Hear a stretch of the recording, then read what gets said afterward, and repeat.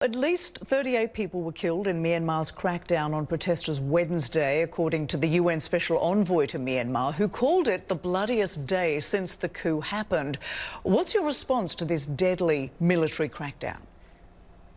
Well, look, I woke up in New York this morning to images being sent to me from people inside Myanmar, emails that we got at the Global Center, being tagged in social media posts.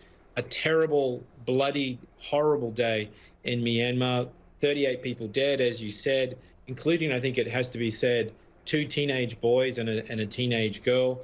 The deaths took place in 5 cities. So we see, despite the military making these massive violent attacks on people, there's still protests all across the country. And we've seen a couple of things today that I think haven't really seen before in the same sort of way. Attacks on medical volunteers, attacks on journalists, even threatening to shoot people who are just standing off the streets, filming things from their iPhones from their own apartments.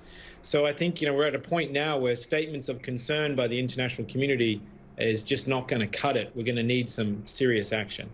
So you say serious action. What sort of things need to be done by the international community? Because a lot of them are calling for the release of Aung San Suu Kyi. They're calling for no sanctions to be applied, but nobody's actually doing anything. So what do you want to see done? Right. I think there's 4 things that should happen straight away and can happen and can be done by governments on a bilateral basis and could also be done by regional organizations. 1, there should be a total arms embargo on Myanmar to deprive them of the weapons that they're using against their own people. 2, targeted sanctions on the generals, including Min Aung Hlaing, the commander-in-chief, who's now, of course, the leader of the coup. Thirdly, divestment from all these international businesses which are tied up with the military in Myanmar. And fourthly, absolutely no recognition for this illegitimate military government. I think those are just 4 things to start with that would increase the pressure on the people who are leading the coup.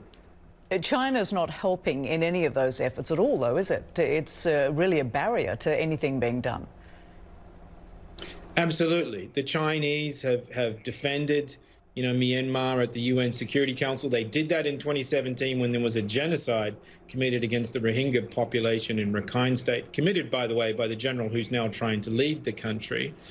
And so they are an obstacle to international action happening at the UN Security Council. But as I said, that doesn't stop states from doing things on a bilateral basis. And I think also people need to send a signal to the Chinese that if they want to be a superpower in the world, if they want to use soft power and show that they're responsible citizens, then they can't stand behind genocidal generals who are crushing democracy and declaring war on their own people because they lost an election. So why is this not being done? Well, I think pressure is building. Again, I really feel for people on the streets of Myanmar who are sending us emails every day saying, where is the world and when will things move beyond statements concerned to actual action? And I think we're starting to see some signs of that. We're starting to see companies divest from businesses in Myanmar. We're starting to see people look at either existing sanctions or reimposing sanctions or imposing new sanctions on the generals. But we need it to happen, and we need it to happen quicker than what it is. And of course, we know at this stage more than 50 people have been killed since the start of this coup. About 1,200 protesters have been detained. What is likely to happen to those people? And how far do you think the military is willing to go with this crackdown? Given protesters, they remain defiant. They will be getting out on the streets, pushing back. Incredibly brave, incredibly brave. And I think, everybody has to be, stand in solidarity with that. I'm certainly overawed by particularly the young people who are out there in the streets in really imaginative ways trying to show their opposition to this coup. And I have grave fears for their safety and for their security, especially anybody who's been arrested. This is a military with incredibly bloody hands. And keep in mind, when you say how far are they willing to go, this, again, is a military that committed genocide in Rakhine State in 2017.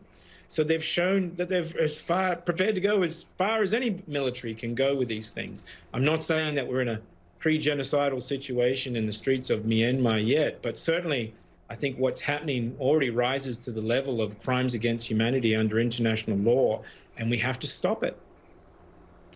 Simon Adams, thank you so much for talking with us. Appreciate it. Thank you, Rosemary.